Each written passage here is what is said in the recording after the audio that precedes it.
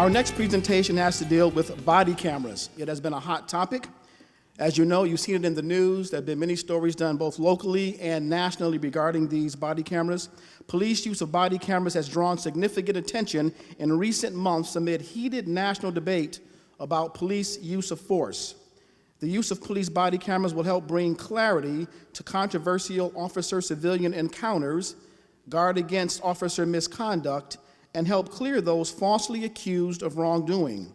The Orange County Sheriff's Office has just purchased over 700 body cameras and will be moving forward with this new technology very soon. Your presenter on this topic is Major Ron Stucker, who has been at the forefront of introducing police body cameras to us at the Orange County Sheriff's Office. Here's some information on Major Stucker. Major Stucker is a 28-year veteran of the Orange County Sheriff's Office. He has commanded the Uniform Patrol Division, the Criminal Investigation Division, the Special Operations Division, the Court Services and Communication Division, and the Professional Standards Division. In other words, Major Stucker has commanded almost every division at the Orange County Sheriff's Office and doing a great job. In addition to his command assignments, Major Stucker has served in various ranks in patrol, criminal investigations, training, intelligence, and the Metropolitan Bureau of Investigation, and served on the emergency response team and the critical incident management team. Major Stucker received his master's degree in public administration from the University of Central Florida and undergraduate degrees from the University of West Florida and the University of Maryland. He is a graduate of the FBI National Academy, the Perf Senior Management Institute for Police, and the Southern Police Institute. Major Stucker is also a veteran of the United States Air Force. Would you please help me welcome Major Ron Stucker?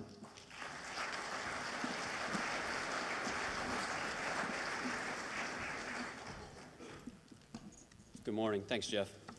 It's a pleasure to be back with you guys again at this crime summit and to talk to you a little bit about our body-worn camera project. Law enforcement is really no different than the rest of society as it comes to technology. If we look at how our individual lives have changed over the last 5, 10, 15, 20 years with technology, it's amazing. I remember as I started as a patrol deputy, as Jeff said, 28 years ago, which is hard to believe, we took our calls for service by writing them on a pad with a pen in our car. And then we got out literally a map book with grid coordinates, and we drew our little finger down, and we saw we were going to go, and we drove to the call. I mean, the most advanced technology we had was our radio on our hip. And you look at it today is how we have mobile dispatching, CAD systems, automated record management systems, the downlinks you saw from our helicopters so we can see our deputies as they're engaged in things. It's just amazing where technology has gone in law enforcement, just as it has in your own personal lives. I'm sure everyone in the room today is carrying at least one mini computer on their hip, which doubles as their phone and their camera and everything else. Their whole life is engaged in that. One of the newest technologies that is coming to law enforcement is body-worn cameras, and it's a commitment that the Sheriff's Office has made to implement this technology. And what I would like to do for the next few minutes is just walk you through our journey for the last 9 months to a year as we have made this commitment to implement body-worn camera technology, and then how we got to this point today as we're getting ready for our implementation.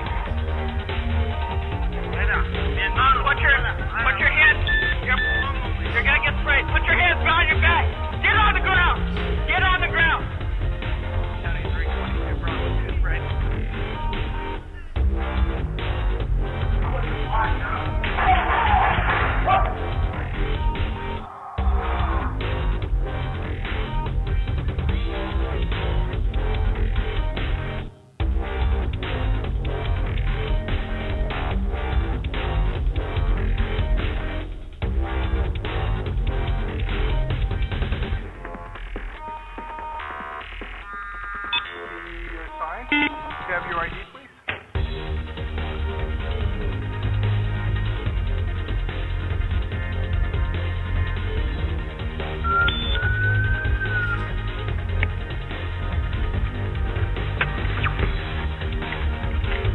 Get on the ground! Get on the ground! Jump over the back. That is out into the neighborhood.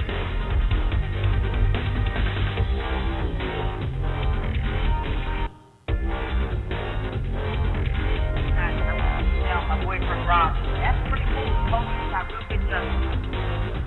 I'm going to 01. My boyfriend Rob is here. Nice, bro.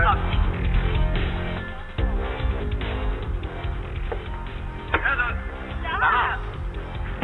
Oh, she just damaged my car.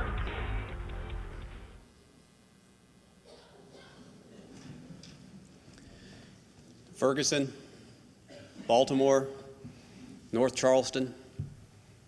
I don't even have to elaborate on each of those events. Everyone here knows what I'm referring to when I talk about those events. Rarely does a week go by now in the nation in which there is not an allegation or video or an instance that is alleging police misconduct. We're at a time in police and community relations that we have seen in the past, but maybe not to this intensity, in which law enforcement is really under a microscope. It's under scrutiny of everything that we do, and in particular with the use of force and the use of deadly force. With the number of cameras that are out there in the community, often what we do is captured on a video. And so the use of body-worn camera technology is something that law enforcement is looking at across the nation, that many large metropolitan agencies and a lot of smaller ones are beginning to implement. It makes law enforcement more transparent. You see something from the officer or the deputy's point of view. You see what occurred and what they were engaged in at the time and what their reactions were to it. Mobile video recording is not a new technology to the sheriff's office, although the body cameras, we're looking at it in a different format. For many years, the sheriff's office has had what we call, you might know it's referred to as dash cameras, in-car cameras, mobile video recorders. These are the stationary cameras that are fixed on the dashboard of a patrol car. And the sheriff's office has 65 of these currently in use. We've had them for many years. They started with our evening traffic or our DUI units because that is video of someone on a traffic stop and on a roadside sobriety test, and that's where it started. Over the years, and then 3 or 4 years ago, the Sheriff Demings committed to increase the use of this technology. And currently we have 65 of these in use at the Orange County Sheriff's Office that are spread not only with our evening traffic units, but with patrol units and our tactical anti-crime units, the folks that are out there in the neighborhoods that are doing the majority of the policing. During 2014, we did a study of our in-car camera system. And what we found is that the system is very effective. The use of the video is great as evidence in court. The deputies who had the in-car cameras in their vehicles liked having them there. There was a couple things we observed as we went back and looked at the cameras. One is, of course, the cameras only capture what is happening in front of a deputy's vehicle on a traffic stop or a subject stop. So we call it doorpost to doorpost, from the doorpost of the deputy's vehicle to the doorpost of a citizen's vehicle. When you look at that, though, for a Florida Highway Patrol trooper, that may be the majority of their work since they've enforced a lot of traffic and traffic crashes. A lot of their work is going to be done in that area in front of their vehicle. For our DUI units, a lot of the work is done there. But for your average deputy on patrol, the majority of their work is not done in front of their patrol car. It's done in citizens' homes. It's done in a business. It's done in a warehouse area, a construction area. It's done away from their vehicles. So also, although this was a very useful technology, it was somewhat limited in the number of citizens encounters that we would capture. The other thing we looked at was the cost of this technology. For the 65 cameras that we had implemented in the sheriff's office, the cost was a little over $600,000 to implement those 65 cameras. We have 660 deputies, the rank of sergeant and below, just in our Uniform Patrol Division. That does not include our special units. You start doing the math on that. Just to equip our sergeants and below in the Uniform Patrol Division would be a cost of between $6 and $7 million to get a very limited number of actual citizen encounters that they would have in one of their shifts. And so as we looked at this, we said, hey, this is a really good technology, but do body-worn cameras give us an additional option? Does it give us the opportunity to capture more citizen encounters and also at a cost savings? In October of 2014, Sheriff Demings made that commitment. He made the commitment and stated publicly that the Orange County Sheriff's Office would move to body-worn cameras technology. And we got on the sheriff gave us a very ambitious implementation schedule. The sheriff made the commitment that within 1 year, we would deploy body-worn cameras to all of our uniformed patrol personnel who are our first responders, which amounts to between 600 and 700 cameras that we would implement in 1 year. And the sheriff gave us this task, and we began our journey toward body-worn cameras. Some of the key things that we had to look at when we began this project was obviously funding. Where will the funding come from? This is not an inexpensive venture, and it's not a one-time cost. Even as we purchase the body cameras, there will of course be ongoing storage cost, there will be ongoing equipment upgrades. And so this will be a project that will continue to require funding as we move forward. So one of the things we had to look at was what are the funding sources. The other thing we had to look at was policy, and I'm going to talk about policy quite a bit here in just a minute, but what was going to be the policy of the Orange County Sheriff's Office on how these cameras would be used? We wanted to make sure we had a test and evaluation system. Although we were getting a lot of great information from other agencies, local agencies, and agencies across the country about their experience, we wanted to see how that experience would transcend into the Orange County Sheriff's Office, and we began a test and evaluation phase.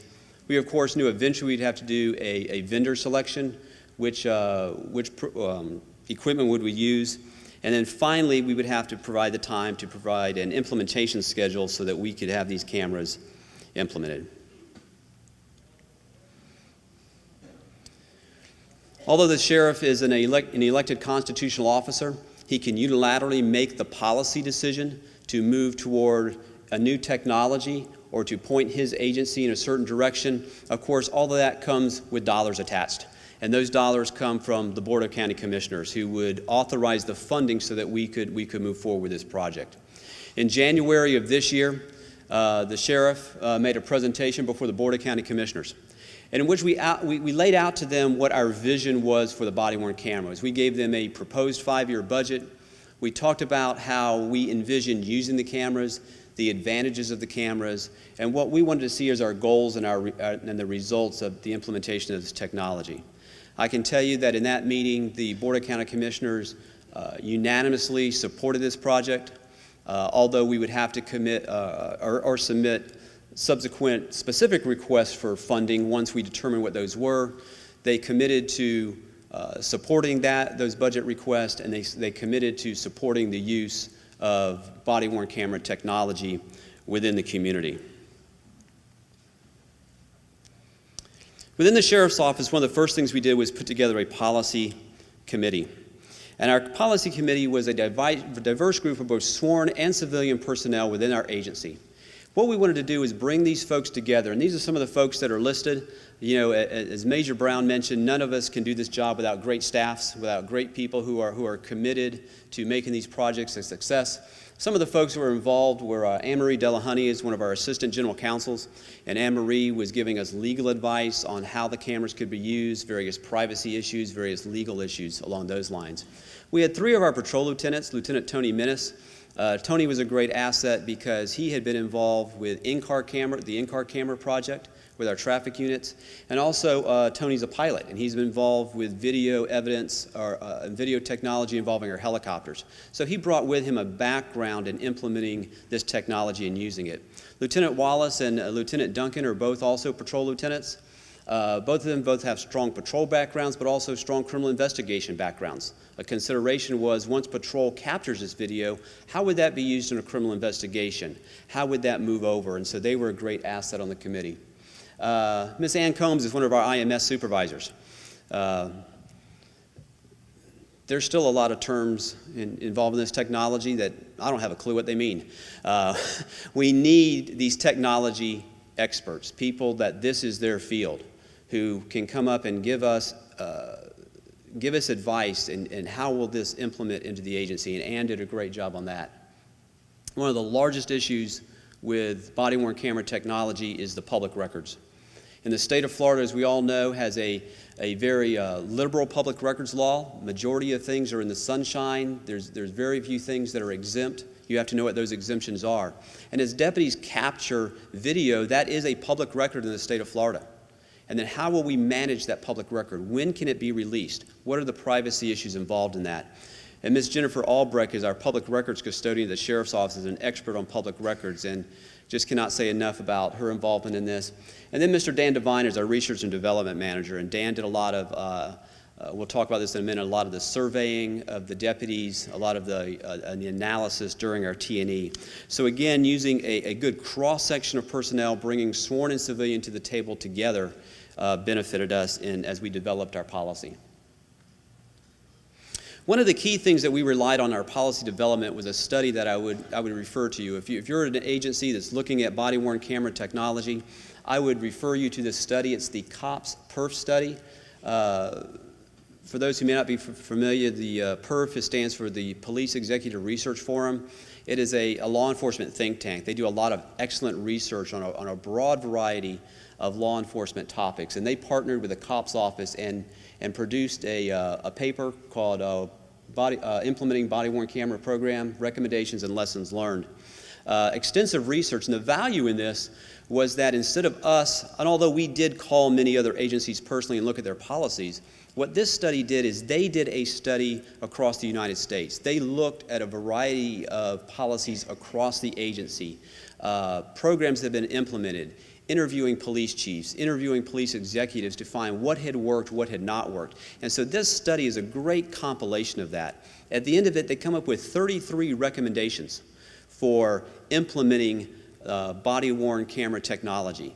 And they don't say you have to do it this way, but they present, here's the issue, here's your options, here's a recommendation. They also have a section on lessons learned, lessons that have been learned from other agencies. And so again, a great resource. Bureau of Justice Assistance also has online now an Implementing the Body-Worn Camera Toolkit. There's actually a toolkit that will walk through how to implement that. By the time that came out, we were a little far along in the process. Again, kudos to the committee, because we went back and examined the toolkit and found that we had hit about every point that the recommendations were coming out from the Justice Department on the implementation. So great resource.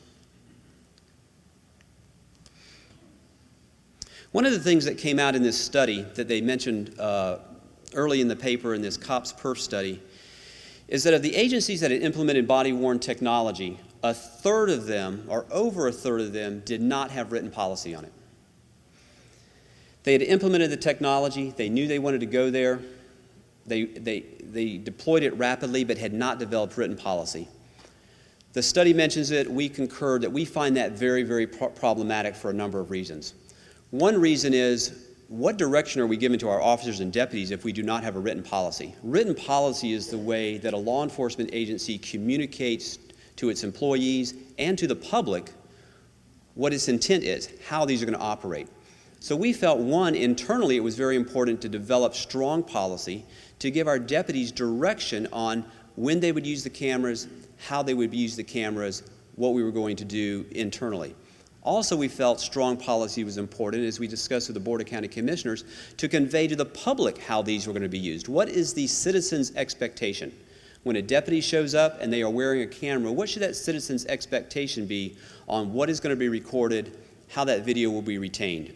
And so one of the first things we did was begin to develop policy before we did anything else. Before we began to look at technology, before we looked at specific cameras, before we did a test and evaluation, we wanted to have policy in place.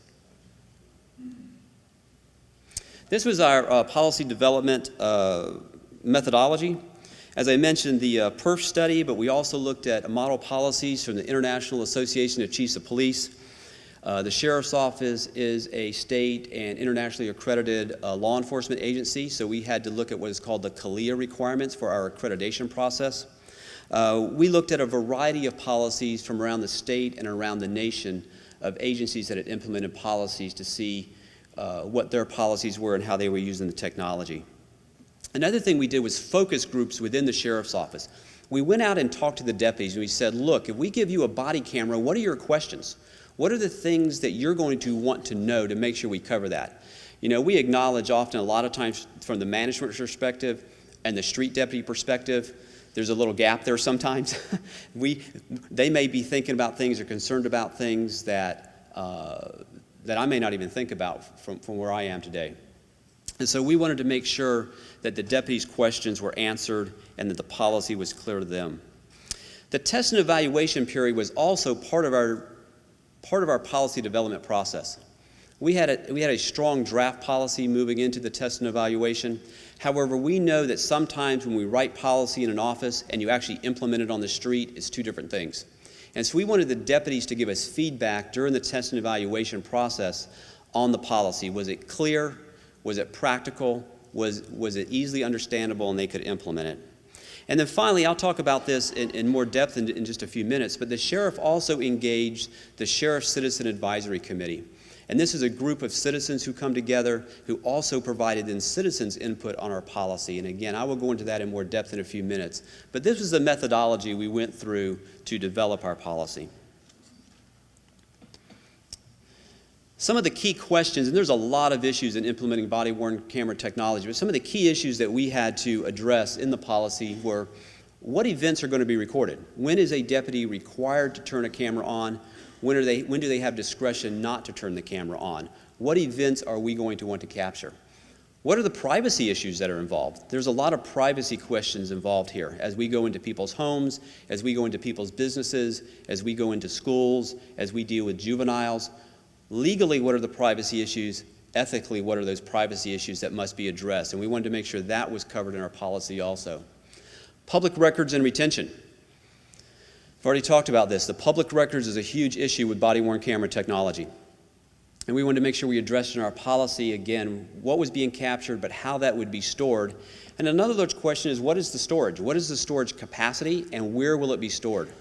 Are we going to store in-house? Are we going to store in the cloud? How does a deputy from the front seat of their patrol car get that into a secure storage area so it's accessible later? How does that technology implement, and how does that dovetail into policy also? These are some of the key areas that the committee had to address as we move forward. So what events will be recorded? There's a lot of discussion about this across the nation. You will have some groups out there who advocate that a deputy should turn their camera on when they come on duty. As soon as they come on duty, they should turn that camera on and should never turn it off until they go home at night. And they should record, it should be the day in the life of a deputy. And there are agencies out there that are very close to that. There's other groups out there that say there's too many privacy issues, it should be very restrictive. This is the policy that the Orange County Sheriff's Office developed. It's very close to what the IACP and PERF recommend. It says deputies are required to activate their body-worn cameras when arriving on scene or self-initiating law enforcement-related encounters and activities. Examples of law enforcement-related encounters include, but are not limited to, traffic stops, detentions, consensual encounters of suspicious persons, arrests, searches, interrogations or interviews, and pursuits. It was our belief that really what citizens are looking for in the body-worn camera technology is not the casual encounter with a citizen. If a deputy stops at a 7-Eleven to get a cup of coffee, are we really interested in the discussion they have with a 7-Eleven clerk when they're just passing the time of day? We don't think so.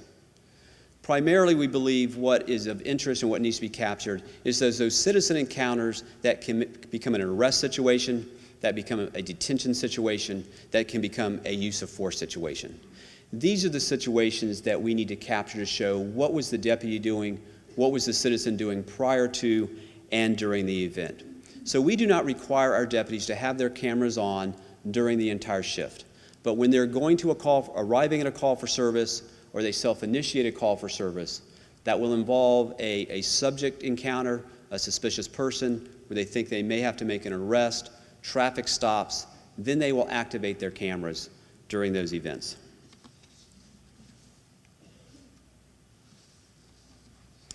Privacy issues. Privacy issues was had a great deal of discussion. And let me just touch on 4 or 5 key points in the privacy discussion area. Deputies are not required to tell someone they're being recorded. In the state of Florida, when we're in the official performance of our duties, we are not required to tell someone that they are being recorded. However, a deputy may want to inform someone they're being recorded if it would help to diffuse a situation.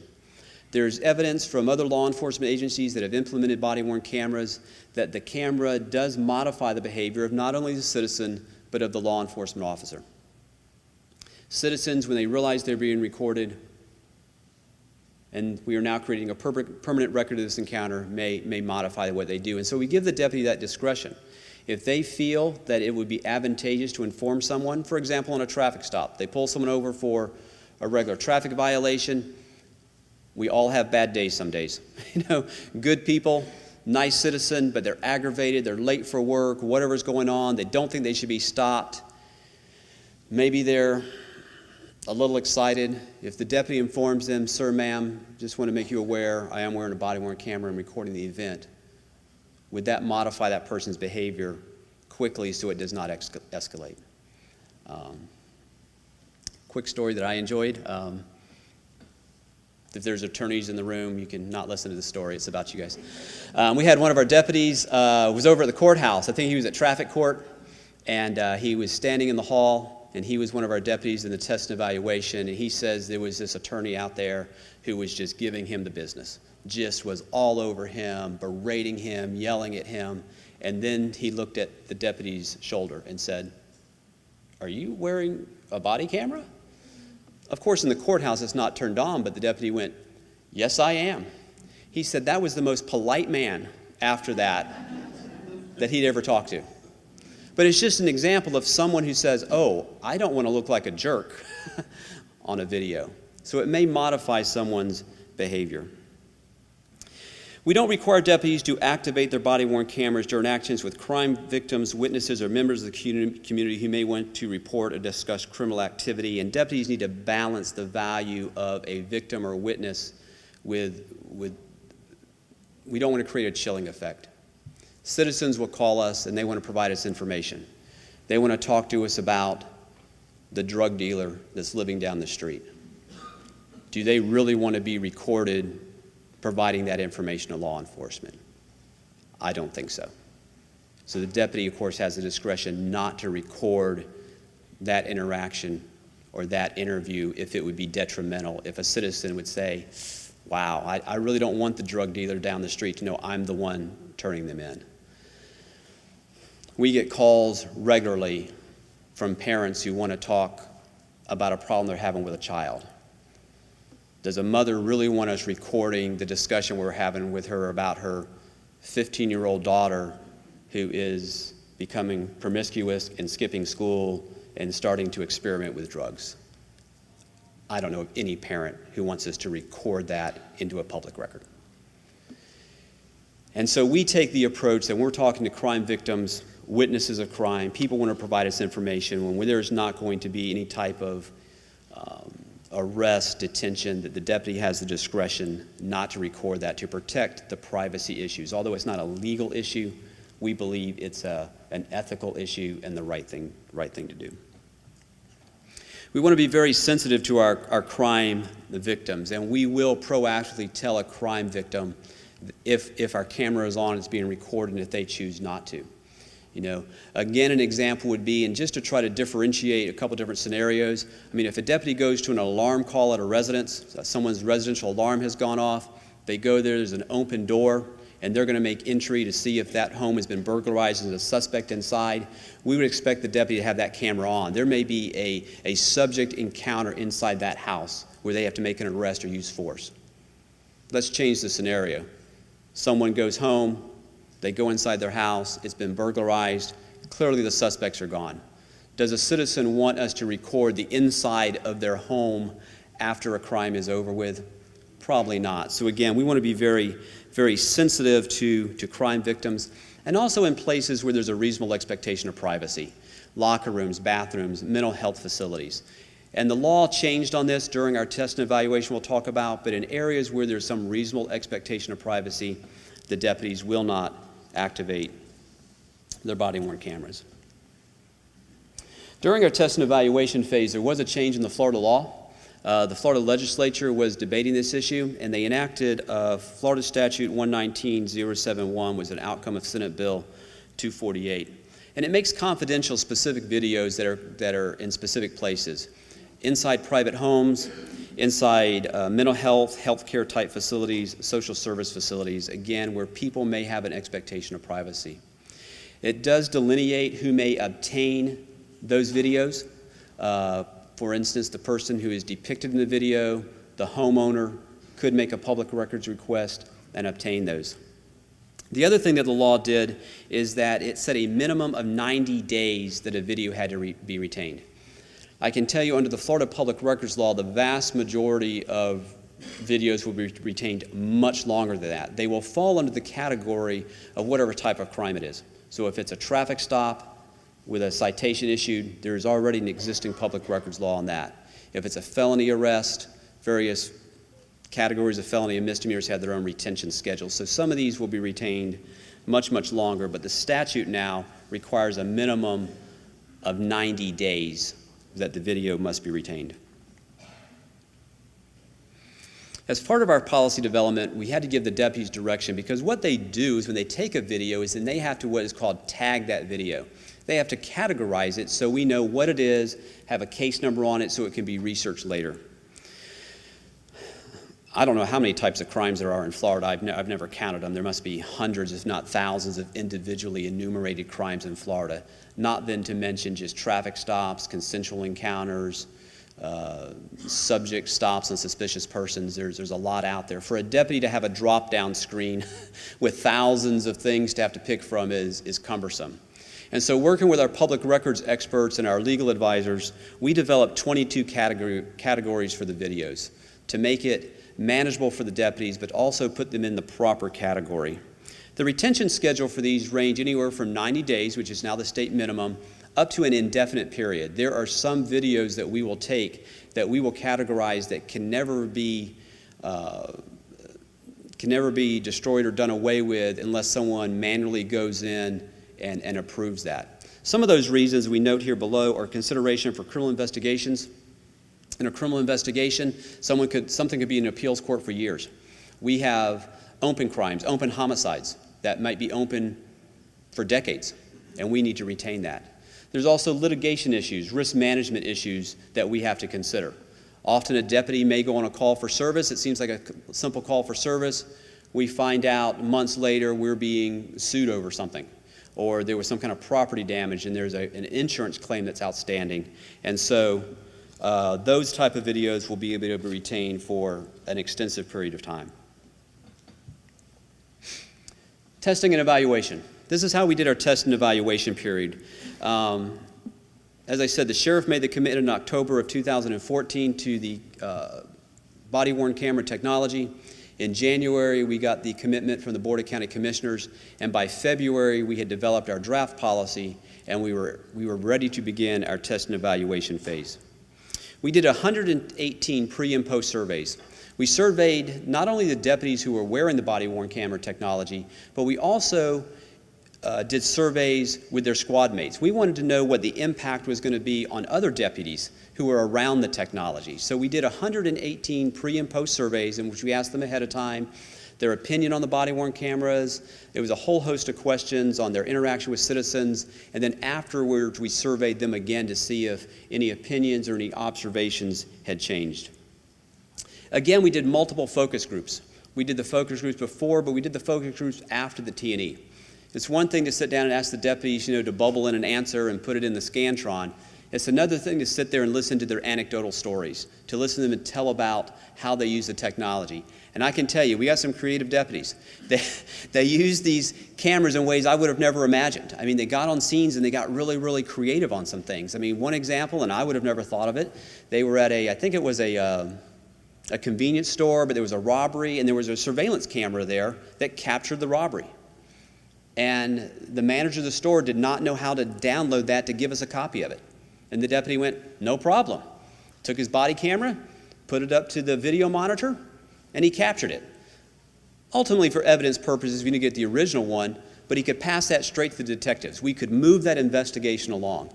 I'm not sure I would have ever thought about doing that. But again, I mean, our deputies are incredibly creative. They look for opportunities to use these cameras to advance their investigations. We put 50 cameras out in our T&E. We had 25 cameras on the east side of town, 25 on the west side of town, so we could be in different types of neighborhoods, different types of demographics. We used 2 different vendors. One vendor was what they call the point of view camera. It would either be mounted on your glasses, a ball cap, your epaulette, or your shoulder. The other one we implemented is mounted in the center of the deputy's chest.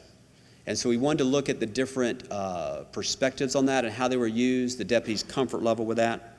As I said, we were in 2 different patrol sectors. We did our test and evaluation over an approximate 90-day period. I can tell you that time period was invaluable.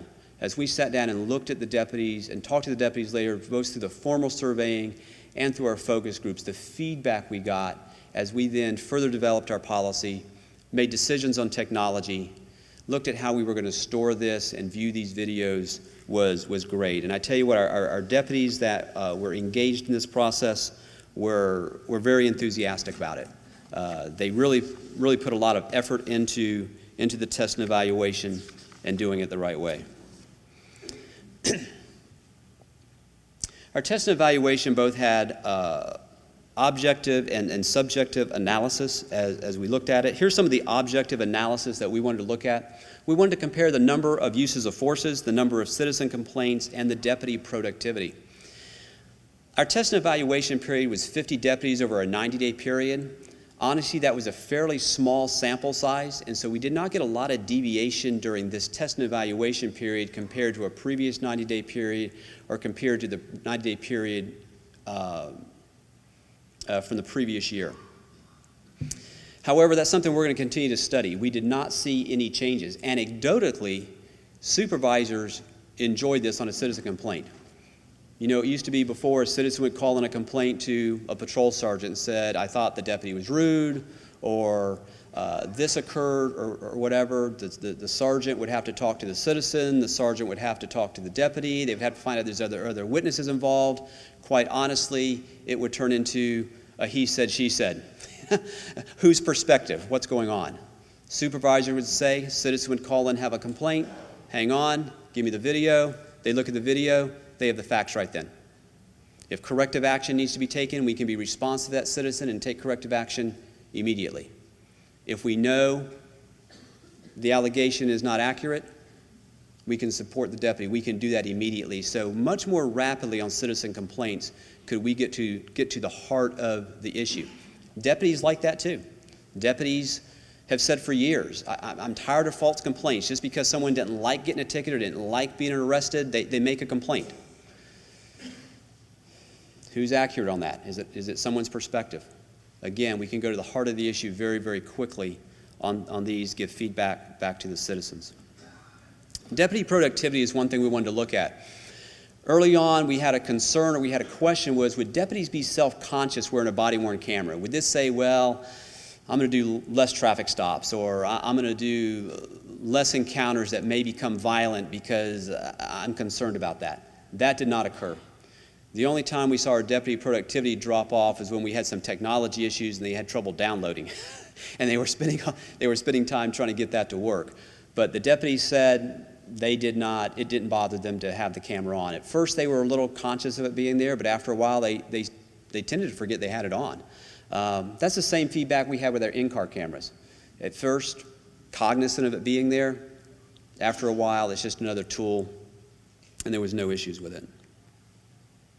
Some of the subjective analysis we wanted to look at during our test and evaluation was the overall deputy's opinion. What did they believe about the reduction in use of force or complaints? Did they believe it increased professionalism? Did they believe it changed citizens' behavior? And I've already talked about the citizens' behavior a little bit. This was now, again, the anecdotal feedback from our deputies. They said, for your average citizen, yes, we believed it may change their behavior when they were aware they were being video recorded. Quite honestly, they said, for people that are hardened criminals, they don't think it made a difference. Their feedback was, they're going to do what they're going to do. whether they're being recorded or not. Supervisors in particular believe that it made deputies more patient. The deputies were more patient on calls for service when they knew that the encounter was being recorded. Overall, our deputies' opinions of the body-worn cameras were very positive. At the end of the test and evaluation, I had the opportunity to go out there and meet in groups with all 50 of our deputies. And I asked them, I said, be honest with me. I said, we're moving forward with this, but what's your opinion? Do you, having now worn a body camera for 3 months, support the use of this technology?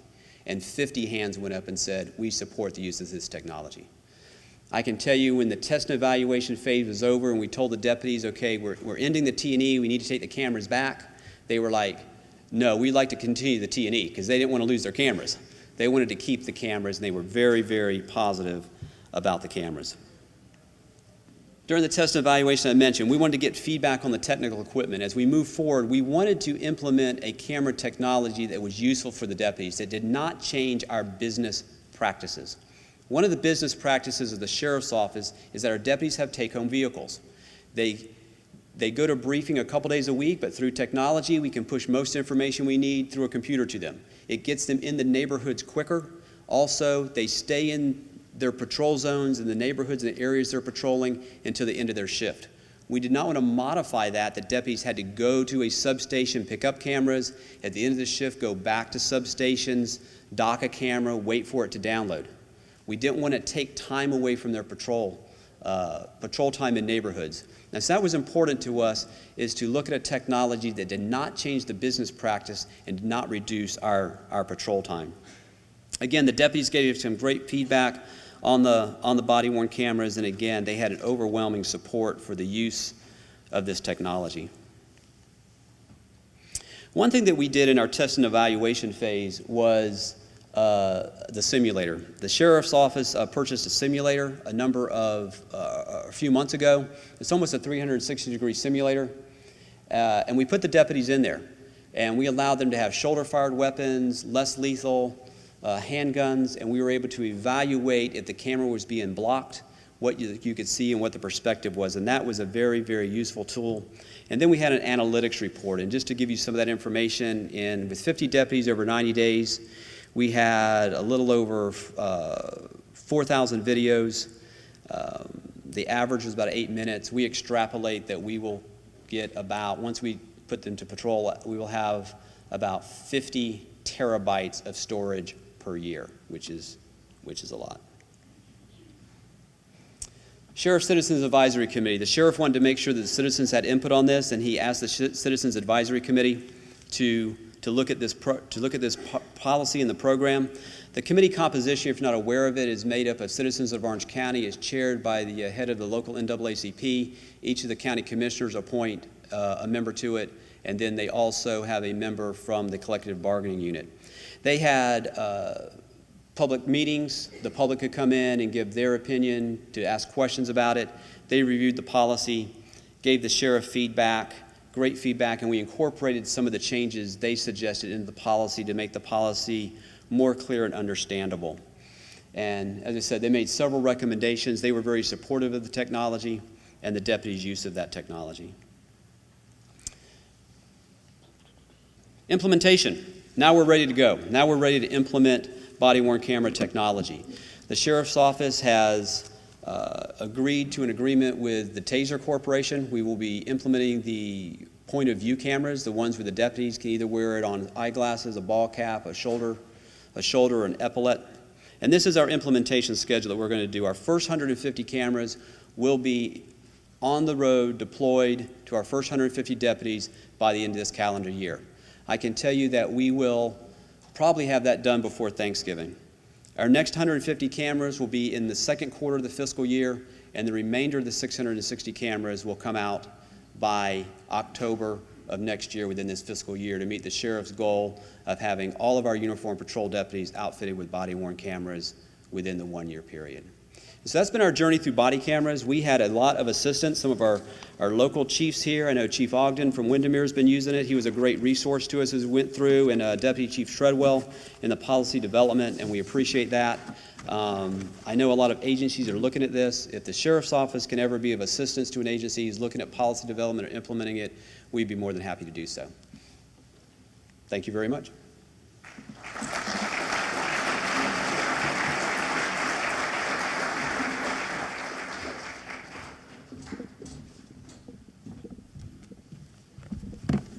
As you can see, we had the right man for that job. Thank you very much, Major Stucker, for that great information. 660 body-worn cameras by the fiscal year end 2016. That is great information. Thank you very much for that presentation, Major.